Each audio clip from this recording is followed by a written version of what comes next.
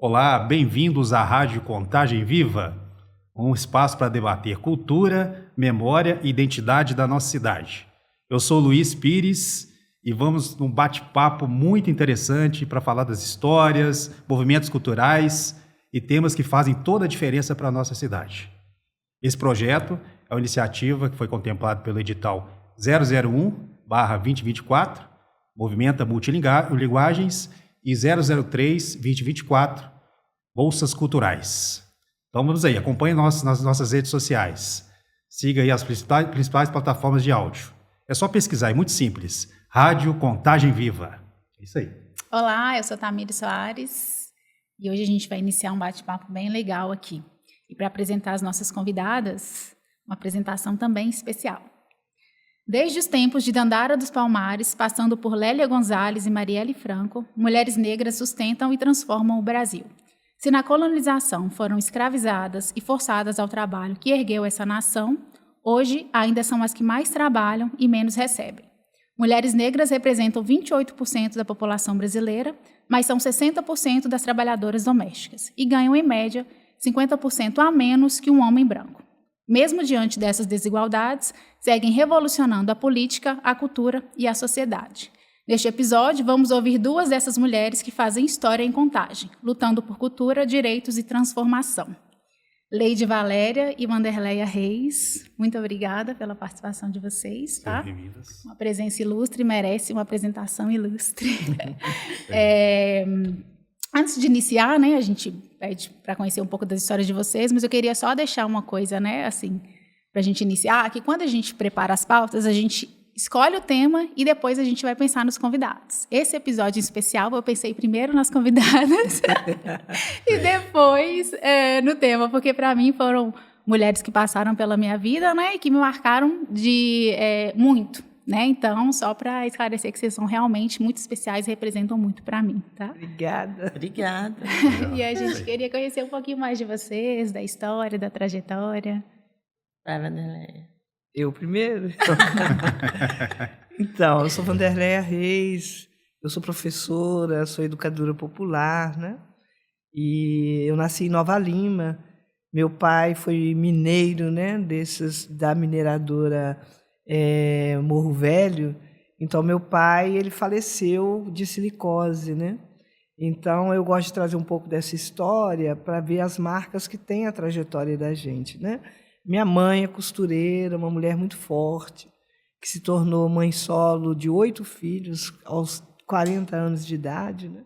E deu conta de fazer essa construção da nossa família. Somos 5 mulheres, uma família matriarcal com 5 mulheres, 3 homens, né?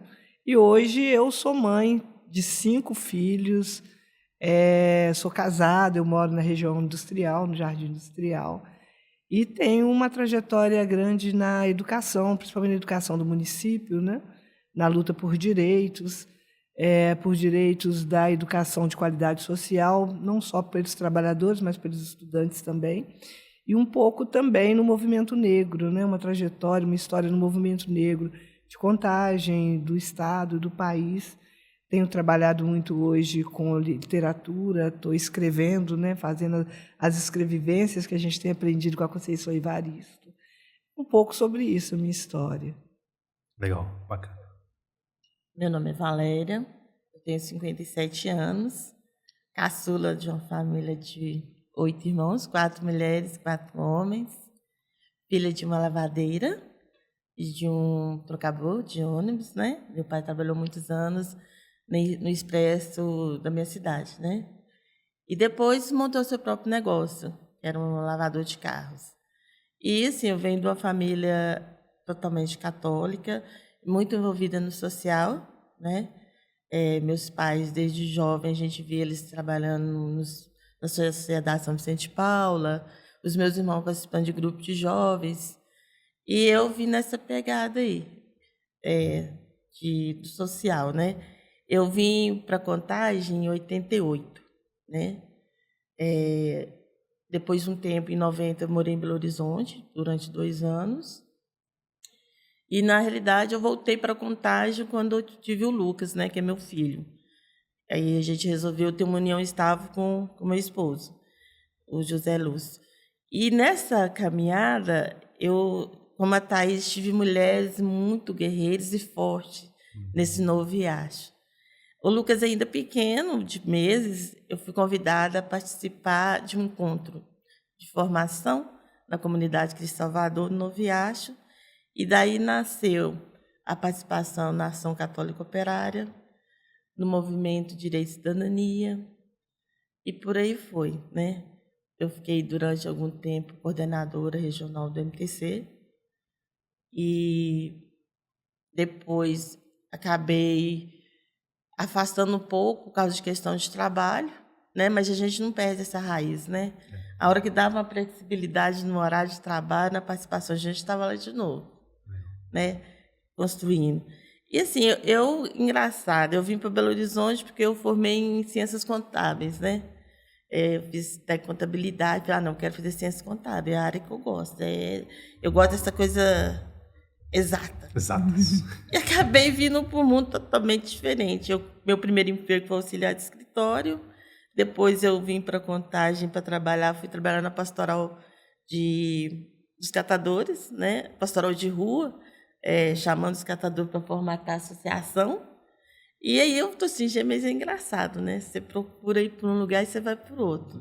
E eu acho que o social sempre me acompanhou, porque eu vim participar do Conselho de Saúde e me envolvi muito nessas coisas. E agora, o que me chama mais atenção é a cultura, né? Eu estou com 57 anos e a gente fala assim, não, para que cultura e saúde? Agora, né? E aí você vê quantas mulheres renasceram a partir de 50. Construíram novas histórias a partir de 50. E assim, estou apaixonada para trabalhar com cultura. Mas né? você sempre trabalhou um pouco, né? Com a Sim, contato. sim. O meu contato é de sempre, né? Porque eu venho de uma família que ama música. Eu lembro da minha infância, a gente sentada na varanda. Meu pai gostava muito de contar história. Minha mãe sempre cantou no coral da igreja. Então, isso... Tinha esse envolvimento. Tinha esse envolvimento. Ah, legal. Meu irmão começou a aprender violão autodidata. Então, assim, a gente fazia serenata. Ela já era cultura. Já era cultura e a gente não sabia, né? Certo. Então, assim, eu falo que a gente só com o tempo que a gente vai aprendendo e percebe as construções que a gente traz para a vida da gente. E, assim, eu inspiro muito na minha mãe, sabe? Nessa paciência, nesse diálogo, uma escuta. Eu falo assim, meu pai e minha mãe eram alfabetizados, mas uma coisa que meu pai tinha muito, que eu vejo hoje, é escuta, e minha mãe um cuidado. A minha mãe tinha um cuidado com todos. Com o vizinho, com os netos, com os filhos. As noras que chegavam virava filha. Então, assim, é uma exata que foi para o social, mas que continua lá, com o pezinho. Sempre com o pezinho, né? A gente tenta fugir, mas não tem a cultura pega a gente de volta, né? O interessante é que ela, exatas não tinha nada a ver, né? Era totalmente diferente. E eu acho que essa construção, tudo que vocês falaram, né? Eu acho muito interessante as histórias. Você vê que são famílias humildes, né? Que foram crescendo, foram desenvolvendo. E a gente sabe que tudo na vida, vocês já falaram um pouco sobre isso, né? Tem uns desafios. O que vocês enfrentaram mais? A gente sabe que todo dia tem um desafio novo que a gente precisa superar. Mas como mulheres, né? Negras de Contagem, pessoas artistas, pessoas que estão aí na questão social, né? Que trabalham essa questão cultura social, o que vocês veem de maior desafio isso hoje em dia, aqui em Contagem? Nossa, acho que o desafio maior é o mercado de trabalho para a gente, né? Eu vim para Belo Horizonte e, assim, Belo Horizonte sair de casa já foi um passo, né? Por quê? Nada contra, hoje eu faço diária, mas parece que no interior você caminha sempre para ser doméstica, babá, sabe? E nada contra, mas é valoroso. E eu lembro de eu menina, a minha irmã, minhas cunhadas trabalhavam em casa de família, e eu ia para ajudar. Mas, olhando hoje, eu acho que não era para ajudar, era para me aprender a lidar, né? Com trabalhar a ser serviço do outro. Esse entendimento, porque, assim, eram cheios de regras, né? Você pode fazer isso, você pode fazer aquilo. Você não pode ir lá, na hora do almoço, você tem que ir lá de fora. Não vai almoçar lá, não. Então, assim, eu acho que hoje eu vejo que não era o ajuda, né? Vamos lapidar como se as para a gente meninas. não tivesse opções, Isso. né? Como que aquela opção fosse só essa mesmo. E o mercado de trabalho, realmente, naquela época, você andava nas lojas da minha cidade, eram mulheres claras, bonitas, morenas, louras. Às vezes uma parda, né, que tinha um cabelo um pouquinho melhor. Por quê? Se chegava numa loja, eu ficava impressionada. Por que a gente tinha que ter aquele cabelo amarrado, com aquele coquinho atrás, com um lacinho? Passado no ferro quente. Entendi. E a gente que nem sempre, todo dia, a gente tava com aquele cabelo esticadinho, não. Né? A gente não tava. Quando eu vim para BH, eu consegui meu primeiro emprego como auxiliar de escritório. Fiquei assim, nossa, super valorosa. E assim, eu vim para Contagem quando meu filho estava na pré-escola, e o mercado de trabalho de Contagem ele ainda era muito restrito também. Mulheres pele clara, apesar de eu ter um currículo de auxiliar de escritório, ter um segundo grau completo, ter a datilografia. A datilografia. Né? Sim, eu mas o mercado ele não abre, né? Ele não enxerga o negro, a mulher negra, como uma pessoa capaz de exercer outras funções. Eu vejo alguns desafios, né? Um deles eu destacaria a questão da segurança, que para nós mulheres é tudo sempre muito difícil, é um risco sair de casa. E Contagem é uma cidade que não tem essa estrutura de segurança, não só Contagem, né? Como a maioria das cidades, se a gente pegar o índice de violência contra as mulheres, e as mulheres negras sempre estão destacando, né, a questão da violência contra a mulher, violência doméstica, né? Então eu sinto falta, e para mim isso é um desafio, ter políticas públicas que alcancem ali, principalmente território periférico, né, que dê visibilidade a essas questões. Vejo também como um grande desafio a questão da educação. Nós, mulheres negras, a gente precisa, né, de ter pessoas para cuidar dos nossos filhos, para que a gente possa trabalhar, para que a gente possa estudar. Então, enquanto a cidade não tem educação de 0 a 3 anos, enquanto a cidade não investir mais na educação de jovens e adultos, com a garantia, inclusive, hoje o governo federal tem um projeto que diz respeito a isso na EJA, né? As escolas que tiverem um espaço para que as mães e avós possam levar seus filhos à noite para a EJA, o governo federal tem um recurso diferenciado. Então, pensar a política para que nós tenhamos o direito de ir para a escola, de ir para a universidade, né, de deixar nossos filhos com segurança na escola. Então, para mim, são questões que estão diretamente relacionadas a esse corpo preto, né? E, como Valéria disse, a questão do trabalho, do emprego, da rentabilidade, né? De reconhecer em nós a potência que a gente tem, né? Agora que a gente está atuando principalmente na área da cultura, mas eu também coordeno um cursinho popular para a inclusão da juventude negra periférica nas universidades, a gente vai vendo a experiência das pessoas que chegam, né? Então, Contagem é um celeiro de intelectualidade negra. E a gente não tem visibilidade, né? Muitas das vezes a gente não tem visibilidade. E a gente não vê nos diversos espaços que a cidade tem. Então, muitas das vezes, a gente vai atuar em Belo Horizonte. Muitas pessoas atuam em BH, né? Vão para outros territórios atuar. Então, é preciso fazer esse levantamento, é preciso encontrar, né, caminhos para trazer essas potências que a gente tem aí, né, Valéria, para o centro da nossa cidade, para poder compreender que o nosso lugar, assim como a Valéria conta a história dela, a história nossa, das mulheres pretas, ela inicia na infância, na casa de família. Como ela falou muito bem, a minha também, né, é aquele retrato de criança cuidando de criança. Nós éramos criança, não, vem cá, ajuda a cuidar do meu filho e tal. Na verdade, ali já estava te domesticando, né? Desde a infância, dos 9, 10 anos. Então, e as pessoas continuam a ter esse olhar para a gente. Então, eu acredito que Contagem pode investir muito, primeiro, para dar visibilidade, né, essa força negra que tem aqui. E, segundo, também, para ajudar a gente nessa construção enquanto trabalho, né, e trabalhos que vão para além do trabalho doméstico e para além de outros trabalhos aos quais eles estão acostumados a ver a população negra. A minha mãe agora, recentemente, ela acabou de formar grau, ela tem 51 anos. E ela iniciou também em casa de família ali nos 8, 9 anos de idade, porque, né, era o que tinha, geralmente.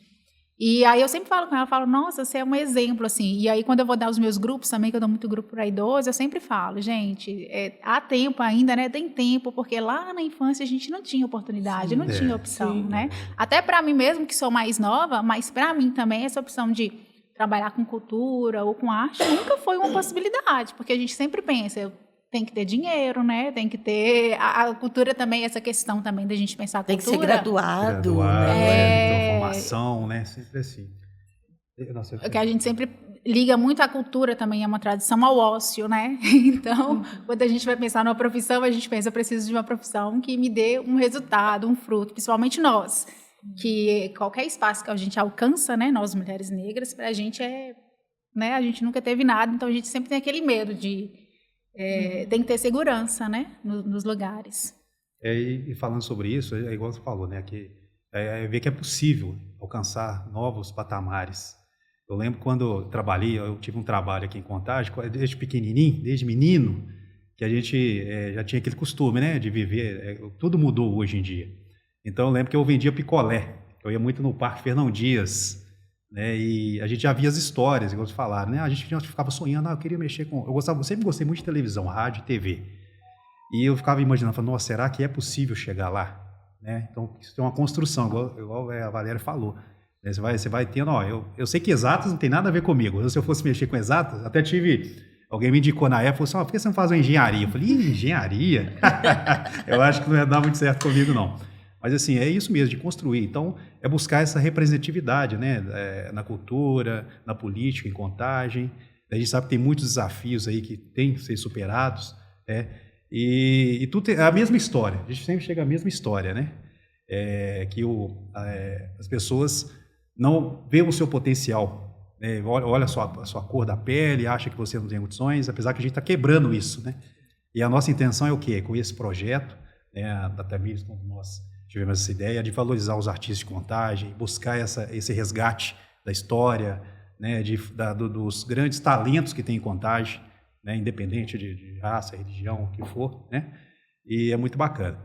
E uma coisa que eu acho interessante, assim, é cheio de história para contar, né? A gente quando senta na mesa, é igual quando, antigamente, eu sempre uso esse termo, antigamente, tinha o famoso fogão a lenha, né? A gente sentava na mesa, que era muito bom, né? Sim. E como é que era na época de vocês aí? Os pais tinham esse costume de sentar à mesa, todos os irmãos, tem 8 irmãos, né? 8 irmãos e vocês? 8. 8 também, 8 irmãos. Aí como é que era aquela meninada lá, tudo ao redor da mesa, esperando a maionese, o frango assado? Tinha essa cultura, esse costume assim? Ah, sempre.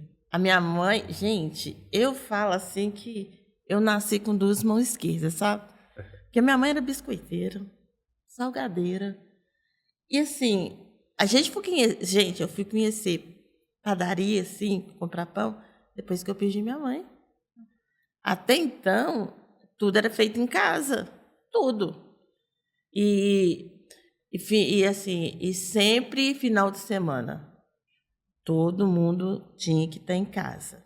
Todo mundo tinha que estar lá no almoço domingo. E minha mãe tinha uma outra coisa bacana que eu também lembrei agora. Sexta-feira era o dia da gente ficar com os meus sobrinhos. Era o dia que minha mãe dava por... Hoje é o Vale Night, né? Bom que ela tinha, né? Uma borga. E ela falava assim, não, vocês tiram os dias para vocês, vai passar com sua esposa. E isso é incrível, porque desde pequena a mãe ensinou a gente para cinema, teatro. E como que a gente... Eu estava ontem assim, gente, meu Deus, eu estou ansiosa, porque Contagem é uma cidade que eu estou conhecendo na cultura agora, devagarzinho. A realidade política eu já conheço, porque gosto muito de política e sempre participei de social. Mas esse olhar feminino que a mulher negra tem com a família é diferenciado.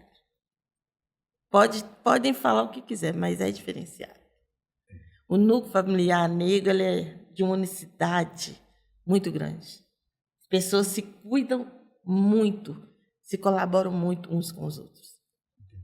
Sim. Eu tive uma experiência diferenciada, né? Primeiro porque na infância, a minha infância de até 10 anos, eu morei em Nova Lima. E como meus pais se separaram, eu tinha 10, né? Mas abaixo de mim eu tinha mais 3 irmãos. e acima mais 4, né? E na nossa casa também, a gente, igual você cita a questão da mesa, eu costumo conversar isso muito na escola também, né? A gente não tinha uma mesa para sentar em torno dela. E é aquilo que você falou, era fogão a lenha, né? Era isso. Legal. E essa questão da cumplicidade, né? A minha avó, mãe da minha mãe, que era vizinha nossa, a gente morava no mesmo quintal, né? Como a maioria das famílias pretas, a gente mora no mesmo quintal. Quando meus pais se separaram, nós viemos para Contagem, a minha avó juntou tudo, uma vida toda, e veio junto, para poder ajudar, né? Minha mãe sofreu violência doméstica enquanto ela foi casada, durante todo o período do casamento, né? Tanto que a última briga que eles tiveram, e naquela época a questão da justiça, né? Não tinha justiça com relação a isso. Era normal o homem bater na mulher, etc. Mas a minha mãe, ela tem um quê assim, muito especial, que ela nunca deixou a gente ter raiva do meu pai e tal. Tanto que quando eles se separaram, todo ano, nas férias de julho, nós 4, que éramos menores, a gente ia para Nova Lima e passava parte das férias com ele lá, né? Então, assim, esse vínculo paterno, apesar do rompimento, minha mãe deu conta de segurar, né? E aí, nós já aqui em Contagem, a nossa família, a minha mãe trabalhou muito, né? Mãe solo de 8 filhos, a vida inteira, costureira, sempre trabalhou fora. Mas ela deu conta de ensinar a gente um pouco disso que a Valéria falou, né? Que é essa união, é o coletivo, é fazer junto, é um ajudar o outro. Tanto que nós, hoje somos 7, que meu irmão faleceu há 2 anos, né? Mas é muito interessante que nós somos muito unidos, né? A gente ainda brinca que quando a gente viaja de bando, né? Vai ter tanto de carro um atrás. Aquela coisa de doido. Comboio ali. Você vai para Bahia, isso, vai para praia de carro, tanto de carro um atrás do outro. Chega lá, enche uma casa que é para 8. Ainda sabe que é mineiro ainda. Uma casa que é para 8 tem 16. É verdade. Então é isso, né? Acho que as nossas famílias é muito isso. E a minha família também é muito unida, minhas irmãs, meus irmãos. A minha mãe conseguiu, né, manter essa unidade familiar. Lá em casa nós somos também da área das humanas, né? Algumas são professoras, outras enfermeiras, nós mulheres, né? Então, tem enfermeiras, tem professoras, e meus irmãos já cada um mais eu acho que tem muito a ver com essa questão também geracional, né? Que o homem tinha que trabalhar na fábrica, então eles iam para a fábrica. No máximo, iam para trabalhar, igual meu irmão faleceu, era mecânico, né? Então, meus irmãos, cada um seguiu uma trajetória, mas não no que eles chamam de formação acadêmica, mas uma formação de vida humana muito bacana, né? Cada um com uma profissão diferenciada. Essa questão da fábrica, meu pai também tinha essa ideia. Ele ficava assim, não, o negócio é trabalhar na indústria só. Eu trabalho na indústria, que ele trabalhou numa empresa têxtil, ali na cidade industrial. Sim. E ele achava assim, que eu ia seguir o mesmo caminho. Só que eu falei, não, eu acho que eu vou buscar outros caminhos aí. Não, menino, é assim mesmo, é melhor, que aí você tem estabilidade, daqui a uns anos você vai ter a sua família, vai ter filho, esposa. E eu falo, não, eu vou fazer diferente. Porque a gente sempre busca esse desafio, né, de superar essa restrição. A gente sabe que eles têm as experiências deles, né? Eles são do interior também, são da região de Brumadinho. E lá, a gente vai falar esse negócio, quando eu falo do fogão a lenha, eu sempre falo que assim, a Tamira, eu até brinco que a questão de idade, a diferença de idade, tiveram algumas experiências igual andar de trem. Aqui em Contagem, se eu não me recordo, acho que tinha um trem que passava aqui, não tinha? Sim, eu andei de trem. Você é na Estação Bernardo Monteiro? Sim. Vocês chegaram a andar nesse trem? Não, o meu não é da Bernardo Monteiro, não. Eu estudei no Virgílio de Melo Franco, lá na Vila São Paulo. Certo. E na época que tinha o trem, né? Então, morando no bairro industrial, a gente vinha de trem lá da Vila São Paulo, aí tinha outra estação Cidade Industrial, outra estação era Barreiro. Aí a gente descia no Barreiro, subia o morrão para chegar no Industrial e fazia isso. E a gente conseguia fazer isso porque não dava tempo do maquinista chegar até os estudantes para cobrar, porque a gente não tinha grana. Tinha bilheteiro? Não, maquinista não. Já pulava a catraca desde essa época. Quando o trem parava na estação lá da Vila São Paulo, a gente já estava tudo armado, né? Nós tínhamos 11, 12 anos, né? Foi lá na antiga 5ª e 6ª série. Aí a gente já falava, vamos para o último vagão, que vai entrar uma galera no primeiro. Alguém ficava vigiando e os Alguém outros... ficava vigiando. Ele tá vindo. Nossa, quando ele chegava mais próximo era difícil. Mas a gente teve a experiência do trem. Por isso que hoje a gente está lutando tanto, né? Pelo retorno do trem de passageiros. Aí eu andei de trem para Cordisburgo, Raúna, Ravena, não, gente. Rio Acima, Rio Sabará. Acima. Aquele também eu cheguei a pegar. Rio Acima, Sabará. Eu nunca Passei andei muito de trem, olha que tristeza. Aí tá vendo aí a diferença de metrô já andou, né? De metrô, sim. Andar de trem é igual ter fogão de lenha em casa. É verdade. É saudade. Uma coisa que eu acho interessante nesse ponto, a prefeita Marília Campos ela tem defendido também muito, né, o retorno do transporte de trem metropolitano. E uma coisa que me chama a atenção, para além dessa passagem da adolescência, da infância, na verdade, né, hoje a gente tem uma rocinha lá, minha irmã tem, a gente vai muito para lá, para Brumadinho, um distrito que chama Melo Franco. Melo Franco. E na época que tinha o trem, a gente ia de trem, que o trem passava no Barreiro e também ia para lá, né? Ia para Brumadinho, Melo Franco e tal, todo mundo ia de trem. Hoje, como não tem, a gente pega uma via extremamente lotada, né, com problemas de deslocamento, com, igual eu falei, que tanto de carro indo ao mesmo tempo, a questão ambiental, né, passando por dezenas de caminhões de minério, correndo risco de acidentes. Perigoso. Então, esse olhar a gente precisa ter também da história da nossa cidade, né? Como que a gente transita hoje na cidade e como adequar também os meios de transporte para esse novo momento, né? E olha que é um resgate de algo que aconteceu numa determinada época, mais de 40 anos. A gente até fala dessa... Você falou uma coisa? Não. A gente fala, por isso que nós comentamos um pouco mais cedo, da representatividade, né? Tanto na cultura e na política. Então, as mulheres negras, principalmente, ter esse espaço, né, dentro da política para poder trabalhar isso tudo, porque são problemas que já vêm, né, de anos e anos.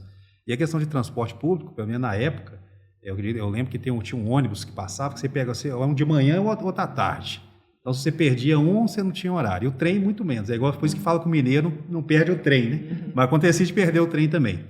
Mas, assim, por isso que a gente acha interessante, né, a questão da história, né, as mulheres que fazem essa diferença, né, da construção da história aqui em Contagem. Qual que é a importância que vocês acham, assim, né, de ter mulheres representando na política, na cultura, nesses espaços? Esse olhar. O olhar da mulher é totalmente diferenciado, né? Você vê, a gente preocupa com mobilidade, a gente preocupa com cuidado com o outro, né? A escuta, eu acho que a Marília faz isso também muito bem, ela tem uma escuta bacana com relação à administração dela. Ela gosta de estar ali, ela está sempre próximo do povo, na verdade. A gente tem esse privilégio de ter um prefeito que circula a cidade. Então, eu acho que a gente acho que é a única prefeito ou prefeito que circulava entre todos os lugares, né?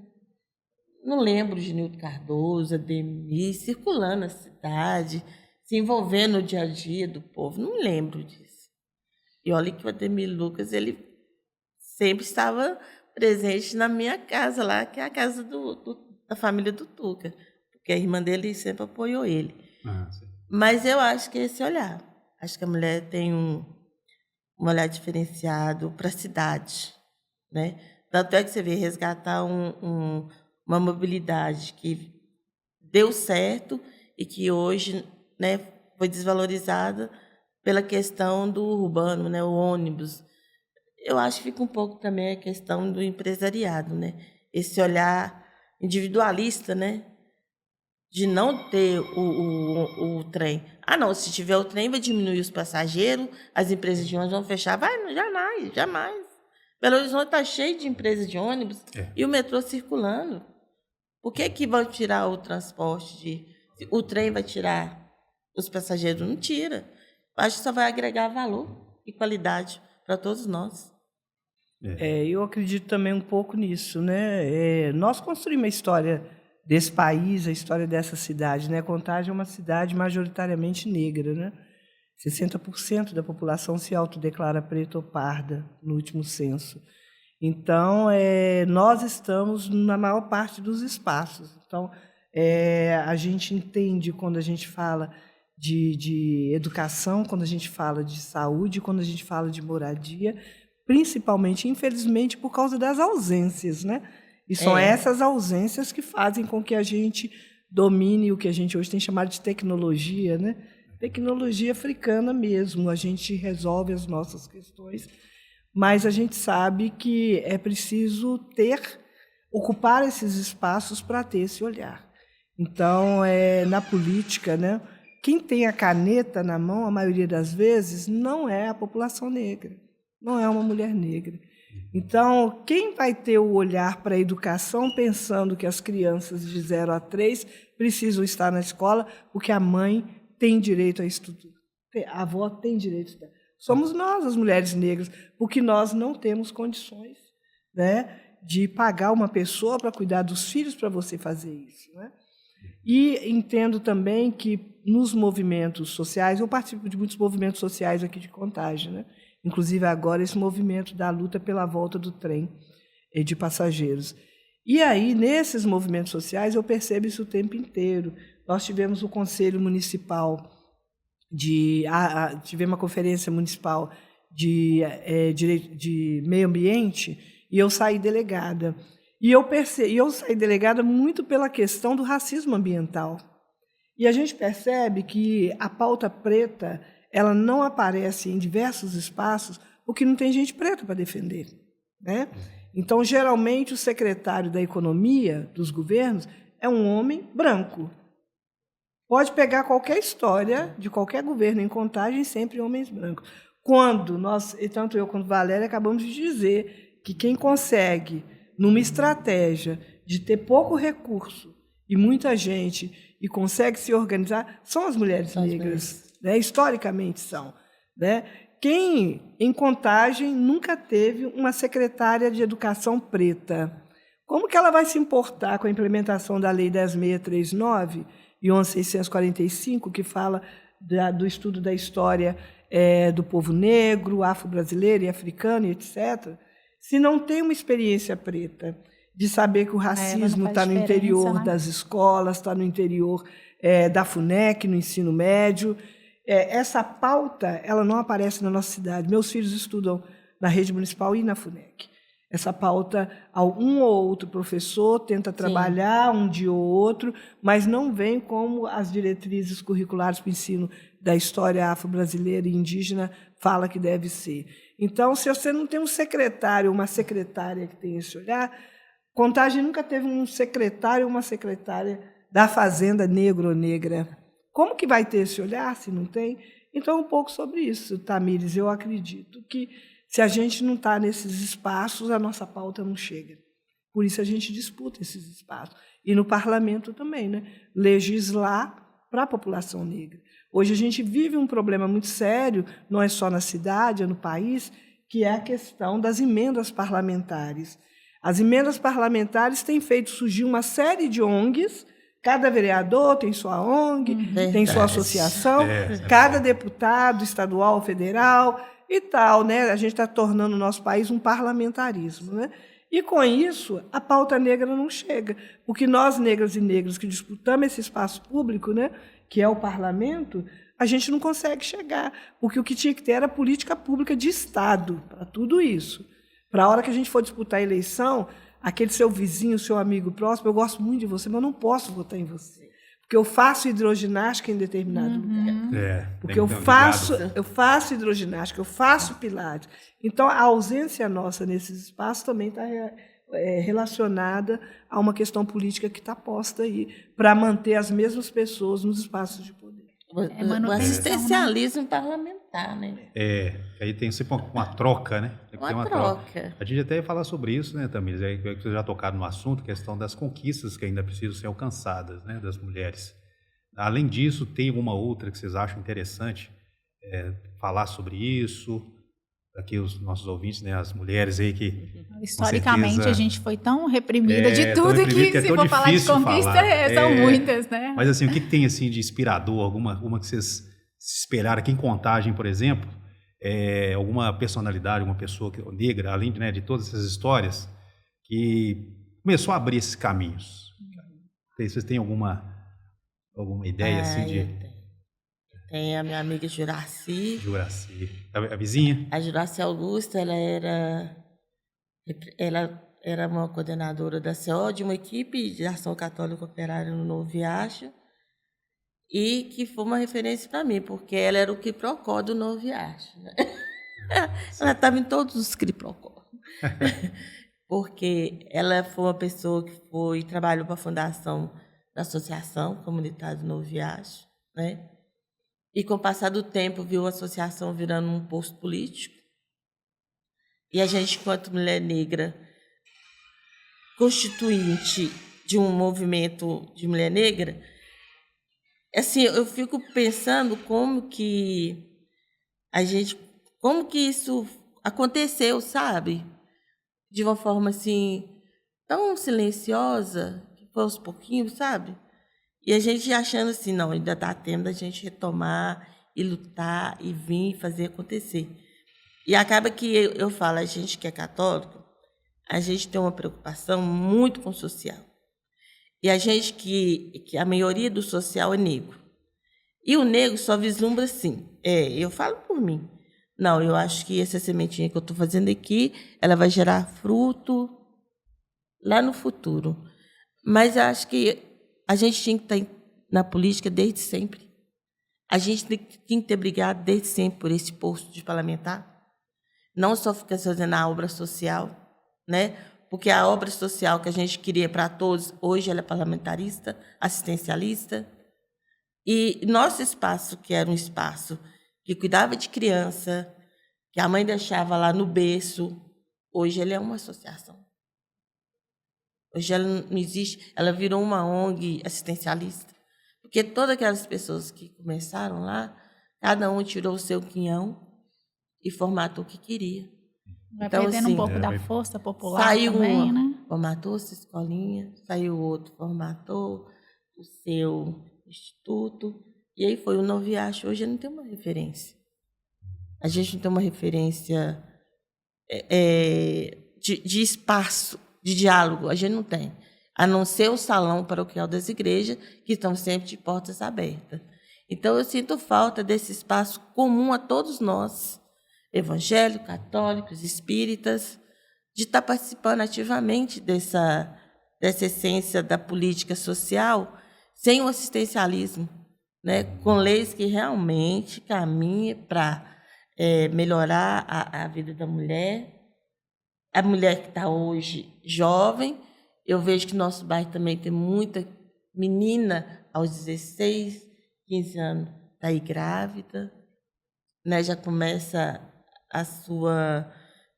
Não sei se fica adulto, não sei se uma menina de 16 anos consegue ficar adulto para criar um filho hoje, sabe? Mas é esse olhar mesmo, eu acho que a gente tem que buscar... Eu acho que o maior desafio nosso é estar dentro do espaço político de ação. Uhum. Sim. Eu tive assim algumas pessoas que me inspiraram muito, né? Mas eu vou me ater. Da minha mãe eu já falei bastante, né? No meu bairro mesmo, no Jardim Industrial, eu destacaria a professora Ângela, que foi diretora da Escola Pedro de Alcântara. A Ângela foi minha professora quando eu vim para Contagem, aos 10 anos de idade. Ela era uma menina, né? Eu tenho até um conto que eu falo um pouco sobre Ângela. E a Ângela estava naquele lugar de acolher a gente, né? E eu vindo, uma menina preta, e a gente sabe como que era, que nos recebiam naquela época. E a Ângela, assim, ela foi aquela professora que pegava a gente pela mão, que levava a gente para poder aprender, que apostava na gente, sabe? Você vai dar certo. Um pouco dessa questão, eu acho que hoje não vai dar tempo para falar, da dificuldade nossa com a área exata, é porque nos marcaram para acreditar que a gente não daria conta.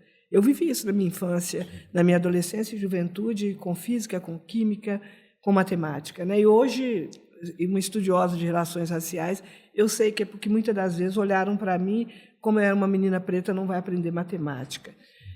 Isso já está superado. Mas a Ângela era muito disso, né? E depois continuou, depois se tornou diretora da escola, a acolhida com nossa juventude, com nossa infância, a gente vê esse marcador. A dona Neuza, que lá no bairro Industrial também, né? Que foi uma mulher muito forte, que ensinou a gente a pensar também a política a partir de outros lugares, como as associações. Eu venho de uma origem católica, eu fui da SEBS, né, e fui da Pastoral Fé e Política. E um outro professor que eu acho que acredita assim, que foi quem deu o feedback mesmo do meu posicionamento político desde a adolescência, pré-adolescência, aos 11, 12 anos de idade, e depois seguiu esse caminho, foi o ex-deputado Durval Ângelo, né, que hoje está no Tribunal de Contas. O Durval é toda uma geração que passou por aquela escola, pelo Virgílio, e na época Contagem o prefeito era o Zé Luiz, a direção era indicada e tal, e eu lembro que por causa do posicionamento dele político, tanto ele quanto outros professores, a diretora mandou sair da escola, e ali a gente já começava uma luta por direitos, né, para ter grêmio na escola e tal. E a partir dali, por causa dessa caminhada dele também, na SEBS, no Fé e Política, e eu também, né, na minha caminhada histórica no partido político também, a gente construiu muita coisa bacana nos movimentos sociais, né? Na luta pela água já há muito tempo, né, com Frei Gilvander, no movimento de Fé e Política em outros territórios, né, nas comunidades eclesiais de base. Então, assim, eu acho que esses movimentos de luta fizeram com que eu fosse me construindo e me constituindo um pouco da mulher que eu sou hoje, da pessoa que eu me tornei hoje. E mais tarde, aí sim vem, né, aquilo que foi negado na escola, na universidade, as mulheres que eu considero aí que foram nos moldando ainda mais, né? E eu destaco 3 que não são de Contagem. Mas Lélia Gonzalez, que traz essa perspectiva da interseccionalidade, que aí eu começo a compreender mesmo o que raça, classe e gênero nos impõe, né?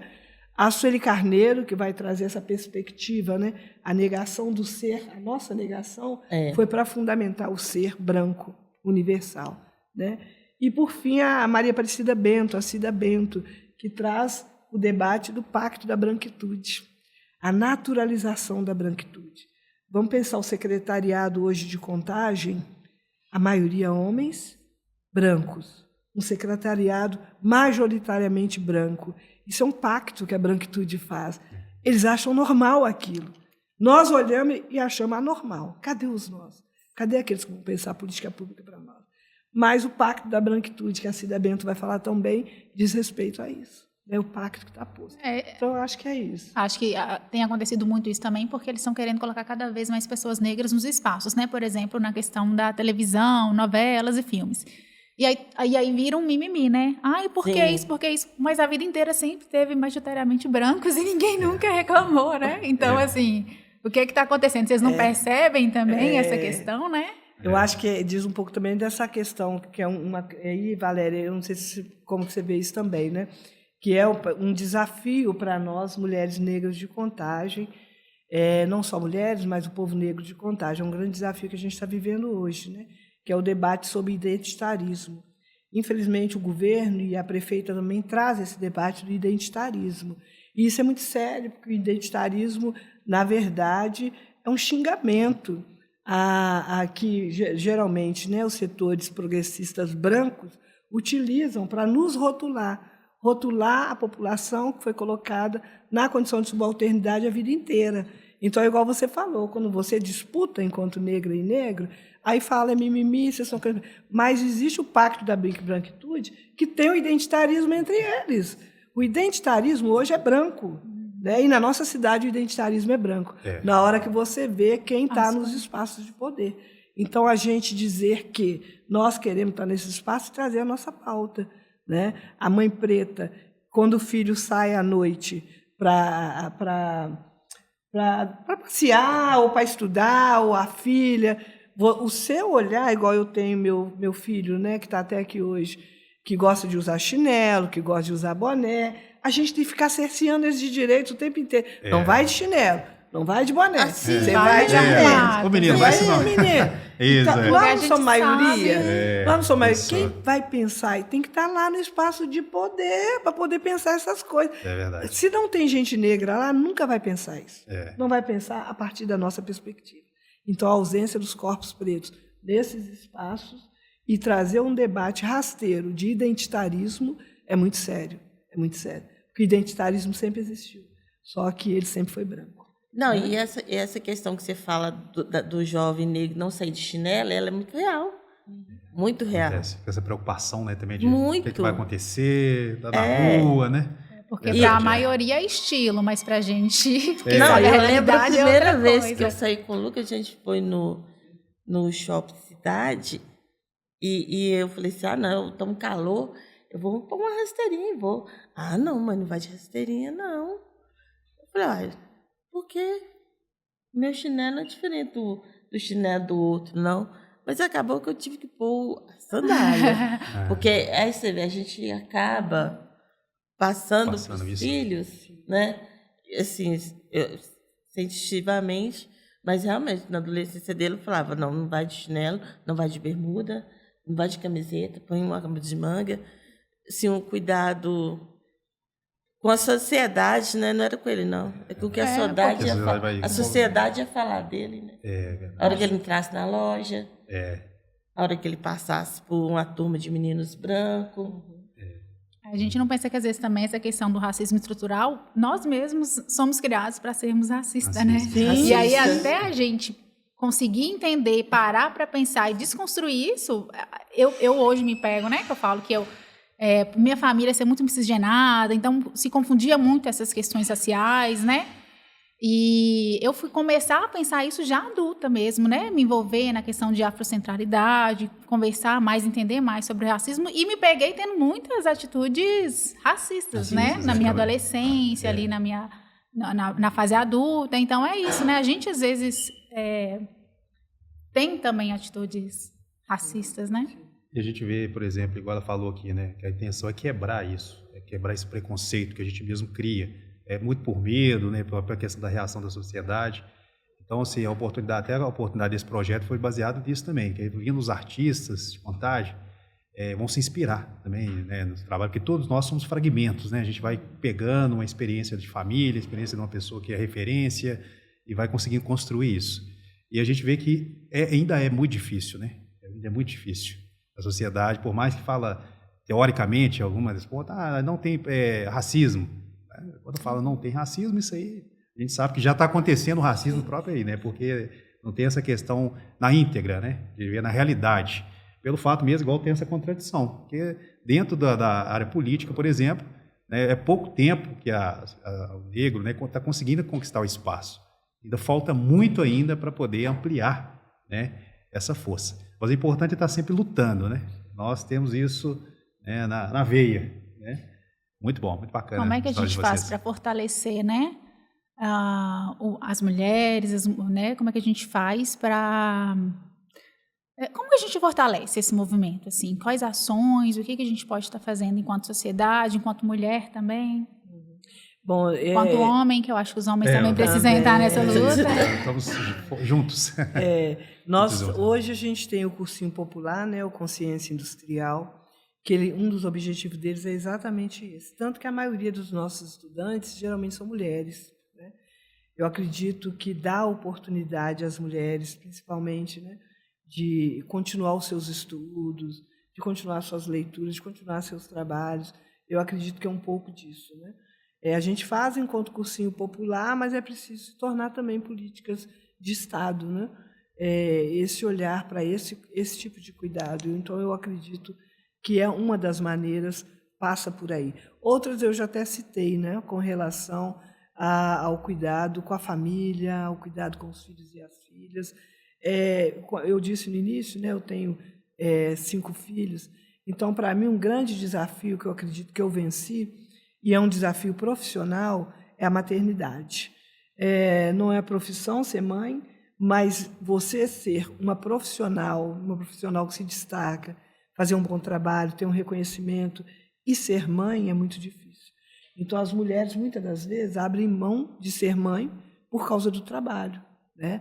E eu consegui fazer isso e as ausências que eu vivi o tempo inteiro são as mesmas hoje. Hoje é aniversário da minha filha, ela nasceu em 88, então, de 88 para cá, mais de 30 anos, Hoje eu vivencio as mesmas ausências, com meu filho que tem 13 anos, né, Otávio. Falta de política pública. Se quiser ir para o futebol, você tem que pagar. Se quiser ir para o taekwondo, você tem que pagar. Se quiser entendeu? Então, essas ausências. Eu saio para trabalhar e continuo não ter o Estado me ajudando a cuidar do meu filho, né? Então, esse é um problema. As meninas que estão tendo filhos agora não tem quem ficar com o filho, então tem que abrir mão do trabalho. Do estudo. Né? Do estudo. Então, assim, é um pouco sobre isso. Eu acho que cuidar, por isso a importância nossa nesses espaços, para fazer esses espaços de poder. Porque nós temos essa visão, nós temos esse olhar. Olha o que eu estou falando. Há 37 anos atrás, quando minha filha nasceu, as ausências que eu vivi lá em 89, início da década de 90 com ela, são as mesmas que eu vivo com o Otávio, que nasceu em 2011, né? Numa cidade que é a terceira mais rica do estado de Minas Gerais. Então, quer dizer, tem que ter esse olhar. E aí esse olhar tem que ser na periferia. Nos territórios periféricos. É lá que nós estamos, a maioria de nós. É uma casa com 3, 4, 5 moradias, um quintal. Desculpa. É um quintal com lote, às vezes, de 250 metros, nem é 360, com 3, 4 moradias, a maioria de nós estamos ali. Então, essa política pública... A maioria liderada por mulheres. Por mulheres, né? Então, quando você traz, por exemplo, a Estação da Juventude para João César de Oliveira, a nossa meninada que está lá no Buracão, que está lá na Sapolândia, que está lá no Parque Arrudas, não consegue vir para cá. Acesso, né? Tem que ter lá, tem que ter uma estação de juventude lá, né? Então, um pouco sobre isso, né? Para que as mulheres sejam cuidadas, nossos filhos, nossas filhas, né? Nossas companheiras precisam ser cuidadas também, né? Uma ação assim. Eu também bato muito nessa tecla. As políticas não são feitas para mulheres e nem para mulheres que são mães. Uhum. Se você vê a gente não tem uma escola integral, a gente não. Então, como é que você quer que a mulher ela acesse o mercado de trabalho, ela acesse outras oportunidades, se ela não tem o suporte necessário para isso, né? Eu acho que Contagem tem um olhar muito dedicado ao regional. Na reunião do Conselho, do Fórum de Cultura, você estava lá na reunião? Tá. Você estava, né, Tamires? Que teve na última semana agora? No Da Parque Cultura. Gentil Diniz. No Parque Gentil Diniz. Eu perguntava, nós não falamos em Contagem de centros culturais, de espaços culturais. A gente fala sempre de quê? Regional. E a regional, o que a regional nossa abriga? Em que a regional abre a porta para eu estar lá dentro? Que é um espaço que a gente fala que é para cuidar da região, né? A Regional Riacho cuida do bairro tal, tal, tal. Tem uma sede toda pomposinha, a nossa é muito pomposa. Tem uma varanda linda em cima. Que eu perguntei, e aí? É um espaço popular? É uma regional que vai estar aberta à região? Ou são espaços de confraternização dos regionais que estão lá dentro? É um espaço que a gente pode ocupar, né? É um espaço que eu vou poder ocupar? Aí já fica aquele restrito, né? Automaticamente na cabeça a gente até pensa, né? Fala, se ali está muito arrumadinho, a gente está querendo ter um espaço, né, popular, né? Que todo mundo possa reunir. Então, assim, aqui no meu bairro, na minha região, posso falar que a gente tem a regional, mas o espaço popular nosso de convivência, de manifestação, são centros sociais das paróquias. E, graças a Deus, o Noviacho tem um padre bacana demais, sempre teve, que é o padre Luiz Padre Ferreira, que sempre foram abertos, abriu as portas da igreja para o povo. Né? Tanto que a primeira escolinha de crianças foi dentro do salão paroquial. Né? A primeira escolinha que abria com a história da Juraci, desse olhar da mãe trabalhadora, né? Precisava deixar as crianças e lá começou. Né? Então, assim, hoje a gente vê o que é mais importante para nós. Né? Buscar espaço que a gente possa dialogar e fazer chegar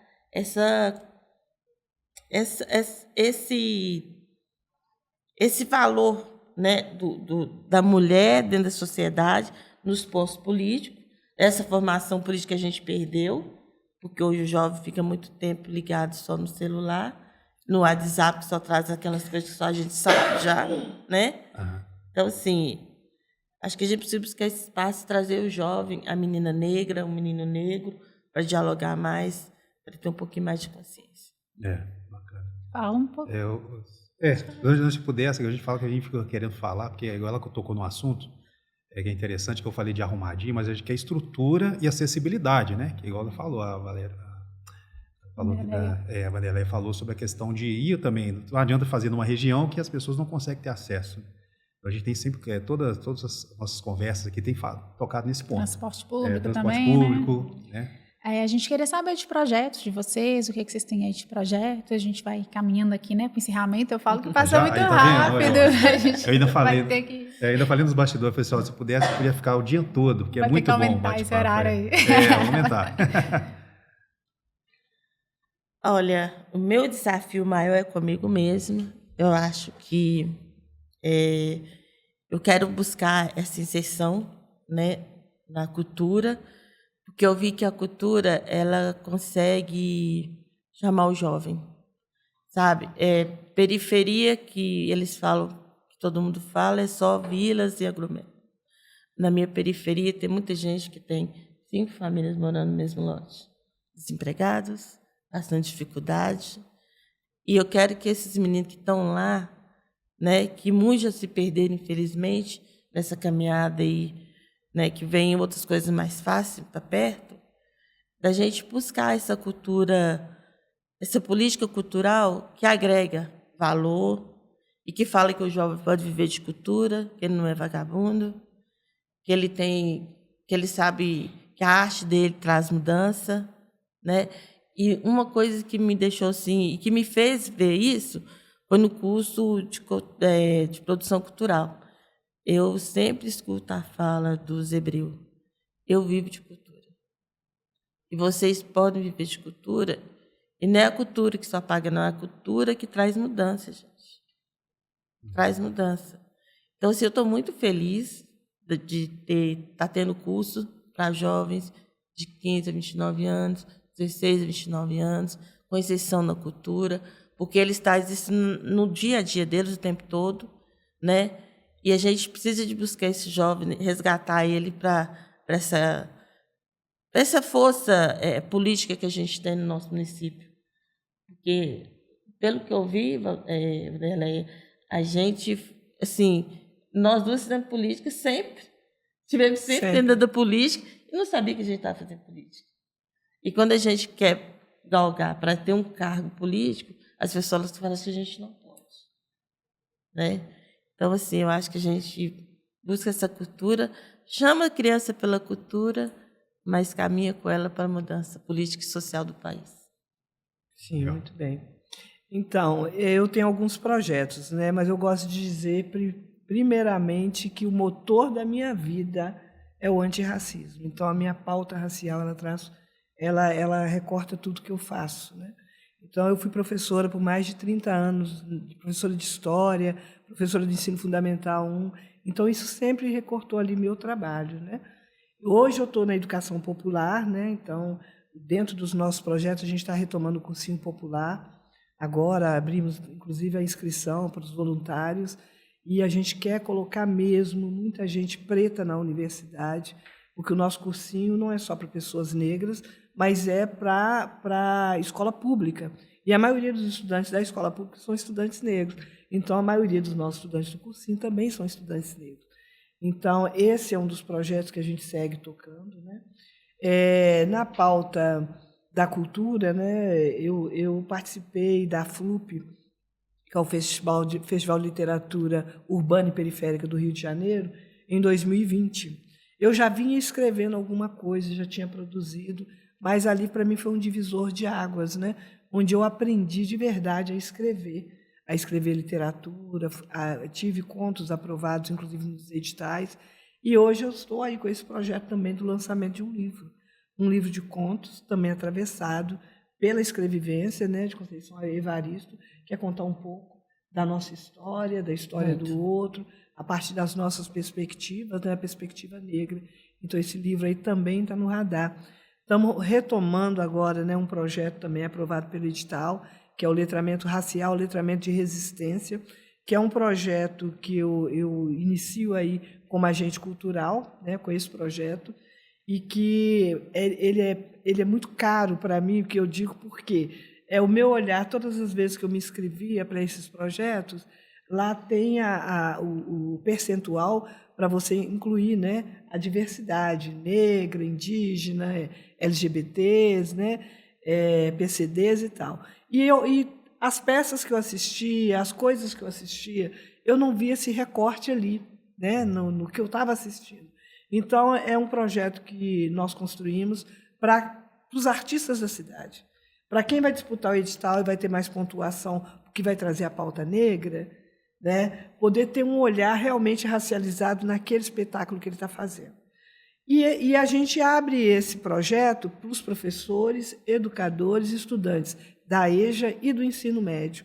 A gente amplia para ter um público maior. Então, além de chamar os artistas da cidade, a gente leva para as escolas, né? Então, a gente está fazendo, nós já fizemos 3 regionais, vamos fazer agora mais 2, né? Um pessoal muito bacana que acompanha a gente, que é o Tom Nascimento, a Evelyn Loren e o Flávio Santos, né? Que vão trazer a perspectiva das religiões de matriz africana, que são demonizadas o tempo inteiro, né? E olha que eu falo que a discussão racial com recorte religioso, nas escolas, eu sempre tive o privilégio de ser uma mulher católica. Então, eu sempre falei da Umbanda, do Candomblé, por que demonizaram os orixás. Então, e aí, com esse respaldo, né? Ah, não, mas eu sou católico, eu não posso falar disso. Eu não posso, né? E aí, para isso também, essas histórias que foram nos moldando, foram nos ensinando, né, a criar e avançar, eu trago também, né, para além disso tudo que eu coloquei aqui, essa vontade imensa de ter uma parlamentar negra do PSOL na Câmara Municipal de Contagem. Eu acredito que hoje, né, e o programa também ele é importante para isso, não para divulgar partido nem nada, mas para pegar as pautas dos parlamentares, né? Quem são os parlamentares que estão trazendo a discussão do antirracismo, da pauta LGBT, da pauta daqueles que foram colocados nas condições de subalternidade. E hoje, para mim, no Brasil, quem mais faz isso são os parlamentares do PSOL. Então, não precisa ser a Vanderleia, não precisa ser a Tamires, não precisa ser a Valéria, mas que tenham esse tipo de parlamentar, né, que possa ter coragem para usar, para dizer sobre isso, para dizer isso não está certo, eu apoio aqui, mas isso aqui não está certo. Então, eu acho que é essa coragem. Então, é uma disputa que a gente vai continuar travando, né? Que também é a luta das nossas vidas, ter parlamentares nesses espaços de poder, seja no parlamento, no executivo, que tenham essa pauta com coragem, com ousadia, como tem os parlamentares do PSOL. Então, isso também, para mim, é propósito de vida também. Legal. Você quer? Não, falar? só ia pedir uma mensagem final para os nossos ouvintes e aí, telespectadores. Olha, eu falo que a gente não pode parar, né? O ano passado eu morri, mas esse ano eu não morro. Então, assim, a gente renasce todo o tempo naquilo que a gente se propõe a fazer, que seja para o outro também, né? Esse olhar de escuta com o outro. Acho que a minha caminhada agora é aonde eu quero chegar. Ok, ótimo. Como mensagem final é dizer que, diante de tudo que a gente falou, né, não é uma disputa entre brancos, negros ou não negros, indígenas. A nossa discussão não é de disputa, né? A nossa discussão é de reparação histórica, né? É de equidade, é de igualdade. É preciso reconhecer tudo isso. Por fim, eu quero só trazer um exemplo que eu acho que é importante, que a rádio, inclusive, ajuda a divulgar. Contagem hoje, agora há pouco tempo, divulgou o passe livre para os estudantes, né? São apenas 275 vagas numa cidade que tem 70 mil estudantes de escola pública. Isso é muito pouco. E aí, para essas famílias ter acesso, elas ainda têm que provar que estão inscritas no CAD e tal. Muitas das famílias nem vão, né? Isso é muito sério, porque nós estamos lutando por reparação histórica, não tem que ficar exigindo CAD único. É estudante, É estudante da rede pública, tem que ter direito ao transporte público. É um incentivo para a família, inclusive, aquela família que está com uma renda per capita um pouquinho acima, mas é um pouquinho, porque paga aluguel, paga um monte de coisa.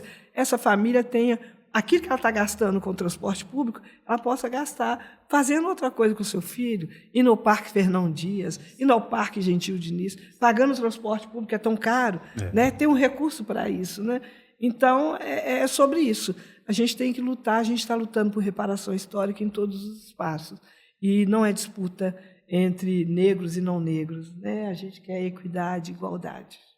E aproveitando também, já falando sobre isso, vamos divulgar as redes sociais, Wanderleia e a Lady Valéria, qual que é as redes sociais? A minha rede principal hoje é o Instagram, né? É Wanderleia Reis Oficial, né? E é uma página importante para a gente poder ir trocando, fazendo essas trocas. O Facebook é Wanderleia Reis, também estou lá no Facebook. A gente tem o e-mail também, né? Que é wanderleiareisassis@50, @gmail, wanderleiareisassis50@gmail. E estamos aí também construindo agora um site e tal, que ainda não colocou no ar, mas Legal, a gente vai trazer para poder divulgar. E a gente faz a divulgação das outras redes também no Instagram. Muito bom. Lady A Valéria. minha rede social é o Instagram, Valéria Fátima de Freitas Amaro. Facebook também, Valéria Fátima de Freitas Amaro. E, assim, o trabalho que eu divulgo com o Movimento Sou, ele está na Comunidade do Sou, né? @Comunidade Sou. E, assim, é um espaço que eu sempre venho buscando jogar algo de positivo para a gente que é mulher. Há um tempo atrás eu fiz uns videozinhos sobre câncer de mama. Agora está vindo o dia 8 de março, Dia da Mulher, já estou pensando aí o que a gente vai colocar lá na rede para a mulherada. Legal. Eu quero só divulgar a rede social do cursinho também, que é Consciência Industrial. Tem que entrar assim embaixo, como chama? Underline. É Consciência Industrial. E a gente está na chamada de voluntários, de professores, educadores, mesmo quem não é, para estar na coordenação.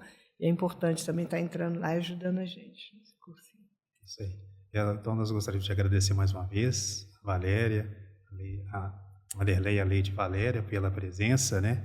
Foi muito enriquecedor, que a gente falou de vários assuntos. Eu falei que se pudesse ficar o dia todo, né, gente, seria muito bom. Pouco. E aproveitando também, pedir para vocês aí continuar seguindo as nossas redes sociais e as principais plataformas de áudio. É muito simples. Rádio Contagem Viva. Obrigada, até a próxima, gente. Até a próxima. Tchau, tchau. Obrigada, gente. A gente agradece. Obrigado. Obrigada. Aê, muito bom, hein? gente.